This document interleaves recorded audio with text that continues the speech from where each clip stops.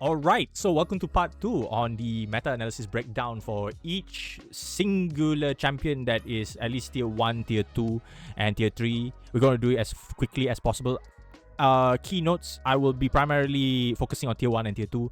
Tier 3 and tier 4 and all the other tiers, I will be handpicking personally. I'm not going to cover all of it because it's, again, going to take way too long. But yeah, so disclaimer, this is what my opinion is when it comes to the meta. Alright, so without further ado, we are going to the Matu analysis. Okay. Diana first. Diana is getting a lot of new toys. Apprentice Mage, Applied Researcher will basically help her out with finding those key spells as well. If you haven't seen part 1, basically Apprentice Mage basically helps out to cycle through her deck. Applied Researcher basically discounts her deck basically for 1. Basically is Vex set 1. Mesmerize reduces the might of units but also returns a friendly unit of high value, so dodge lethal. Autopus can hold up the game as well, because if you do not want to give your opponents points and you want to give them draw, Autopus is one of your cards as well, so you got toys to do that as well. You have Decree of Insight against Yi and Rengar. You also have the Mel card from the Epic version, whereby when you play you draw. Basically, your spells and abilities can't be countered, which is ridiculous on Diana as well, because at Moonfall, Starcross, you can't counter them when Mel's on the battlefield. Anything that you minus might, you get to additionally minus 1 might. So again, Thousand Tail Watcher getting that value as well. You also have Raven Blue Perfect to go up against that Aurora matchup. Again, when the Aurora is played, banish Raven Blue Perfect to just outright banish, not kill it, banish the Aurora, which is amazing. Besides that, we have Cannon 2. This is a card that personally is a great card, because when you play her, when you play Cannon, burn 2 spell in your graveyard as a Diana, and in this case Diana Cannon is flow. What more can you ask? The reason why Diana is going to be so prominent in the next meta actually is going to be more powerful. Again, with Tail Cloak Matriarch bringing back Ravenbloom student, she's going to be enjoying this current meta as well with all these supports. So yeah, Diana is still going to be going strong on her spot there with all her new toys. Master Yi with Body and Calm. Yi, I'm just going to combine Yi and Irelia because both of them have the same prominent thing. But Irelia has more toys than Yi just because she has access to Chaos. The thing is that Twilight Shroud, Resonating Strike would be great for these two decks. Resonating Strike would always be is way better for Irelia because you get to defend, you get to buff her, and you get to +1 might her. This alone is a 3 might buff move. That's great. You couldn't ask for more. Resonating Strike not only provides the Irelia the option to go in defend, you have the option to just outright kill any form of offense, so you get to still hold your tempo. It's a great tempo card, Resonating Strike. The funny thing about it is that I don't see a lot of people talking about this card. I believe, this is to my understanding, choose a battlefield you control. The reason why this is such a good card is because as long as nobody has won combat yet, and because how the layers work, you know, you go to combat, you go to showdown, go to combat, clean up, then you declare who actually controls the battlefield. As long it doesn't go to that stage where you control that battlefield, Resonating Strike will still see the Irelia player, if they conquered that and the last turn is still there to control, and is still using Resonating Strike to move the Irelia to that specific battlefield. Again, great card to have. Mournful Witness can be also a good card because as an early game buffer, 2 costs 2 might, but if you power, you get 2 might. So again, powerful card as an early game. You have Crumbling Sands to play around with as well. A Shen for the Yi for defense. When you hold and there's exactly one other unit you control, you draw 1, you can start moving your shit using Resonating Strike. No issues on that. You also have the, where is it? Yes, Noxian Demolitionist. Again, against that matchup where you are fighting Aurora, Noxian Demolitionist for Yi would be great. Jack Cutlass for Yi would be great because you basically can't be moved by enemy spells and abilities. That is great. With Irelia, again, Ravenbloom Perfect, Cannon. What more can you ask for? Whatever is available to Diana in purple, you have it too. So it's amazing. Azir. Azir does have some toys that I notice it. Again, I don't think Resonating Strike would really be prominent with Azir. Twilight Shroud could possibly be a thing. Crumbling Sands, maybe. There's not a lot of gear options. Hand Hammer is there, but it says I'll have 2 might while I'm at a battlefield with exactly 1 other unit you control. Kinda meh, honestly, for Azir. Besides that, you have Crumbling Sands, Riven, you're playing a lot of gears. So Riven, I can see being played in Azir, question mark. I have rarely, okay, honestly from my analysis, Azir is already doing good. With this set, I feel like with all these cards, people are going to cook something. So Riven is one of it as well. And you have other toys, for example, like Key Barrier to have the control on damage. Fallen Feline, you get to control your opposition when it comes to spells. Again, when there's exactly 1 other unit you control, you score 1 point. As a defender, Kale, I doubt he's going to be played on Azir. Cannon, I can see people playing Cannon because of the hidden stun and +2 might is basically Vi with hidden, so you don't have to pay for the 5 costs. Glowstone, I doubt so because it's going to hurt him more than it hurts the opponent. So honestly, in my personal opinion, even with Astral Heron, I doubt so. Yeah, Decree of Focus could be possibly, but yeah, I don't see a lot of new toys personally, in my opinion, for Azir to be playing in this current meta at the time being.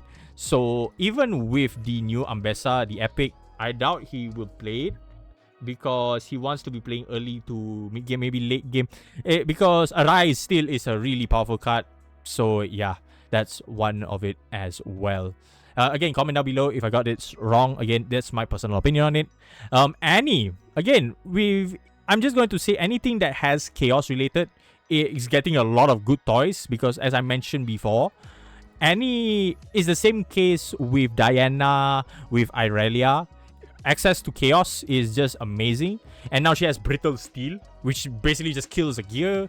You get to have spells that, like, Consuming Curse would be interesting, because if you have the same name as Consuming Curse in the graveyard, you get to play Consuming Curse. Morgana, I doubt she will play Morgana because Morgana, you can play Morgana as an ambush. When you play her, you deal damage to enemy unit equal to the damage marked on it. It means that you want to play Morgana before cleanup step, so that it will be marked on it before all the damage markings have been cleaned. So I can see people play Morgana with Annie question mark.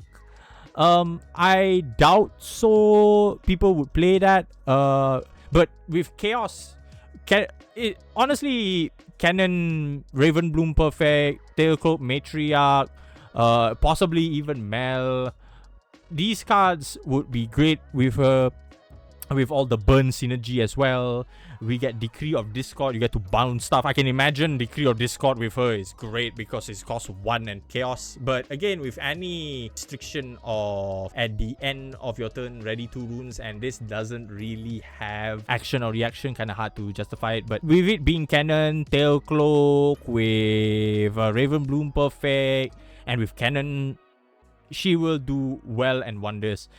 Karok, the reason why I don't put Karok in is because of how egregiously expensive his Empower is, unless you can find a way to cheat the Empower keyword on Karok. So yeah, okay. LeBlanc. Yeah, I did mention in part 1. LeBlanc's best friend. Where is it? This is the only card when I saw it is literally a LeBlanc card. You can't ask for more for LeBlanc. You basically kill a unit. Kill a friendly unit, trigger Death Knell. Fallen Feline, get to control your opponent. Trigger Finger when it comes to counters and interaction. Yeah, he can cheat out Kale if he wants to and just keeps empowering if he wants. Cannon, great to do that is because she can just copy the cannon and stun it.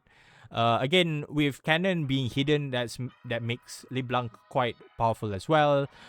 With Decree of Insight, Autopus, because these cards, we might not see the Diana cards, but Mel, again, an amazing card. LeBlanc, Mel Jace, I doubt so because non-token gear. She doesn't play gears.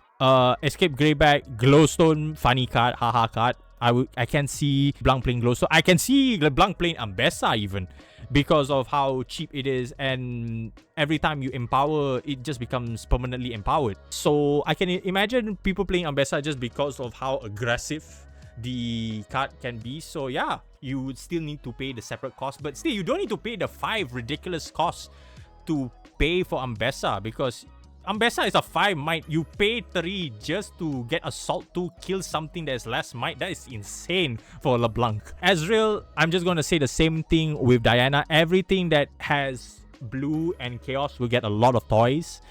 So I would say with all this new blue and purple support, we might actually see Ezreal going to tier 1 with how much support chaos and blue is, especially with blue. Rek'Sai. I mean Rek'Sai. I personally think Rek'Sai has toys, not as much as LeBlanc, Irelia, Master Yi. She has good additions, but not enough to really bump her up to tier 1. Ezreal, on the other hand, and LeBlanc can possibly go to tier 1, especially with Ezreal, with all these new insane cards, with both of the males being accessible. Sivir, Misfortune, anything that really relates to Aurora is going to take a hard dip. Reason being because, like I mentioned before, with this set, there's a lot of gear hate.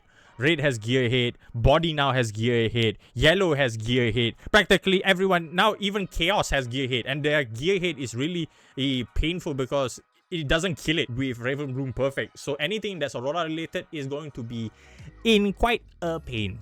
So Vex, again with Chaos and Green, it's going to be more prominent with Vex being on purple, with all the purple cards in play.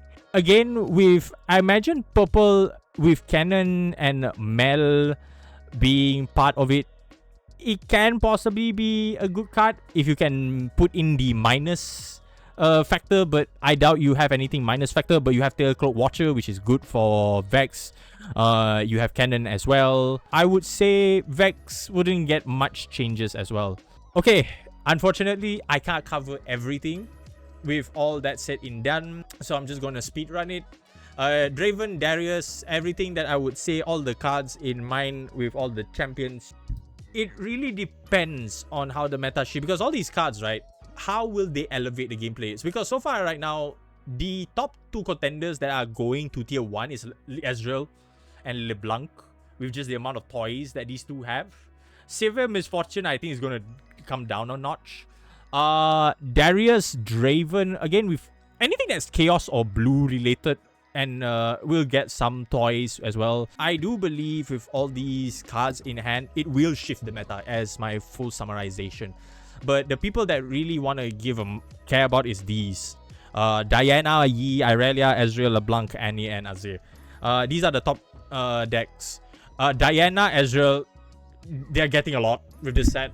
Annie, Irelia, Master Yi too. Irelia is going to be great with that uncommon green like I mentioned before. So if you're playing Irelia, please get a play set of Resonating Strike. I swear you're not going to regret it, in my personal opinion. Because people are going to be hoarding Resonating Strike. LeBlanc and Ezreal. Ezreal, I have high hopes for him because of the support. I believe Akali is going to be up here as well.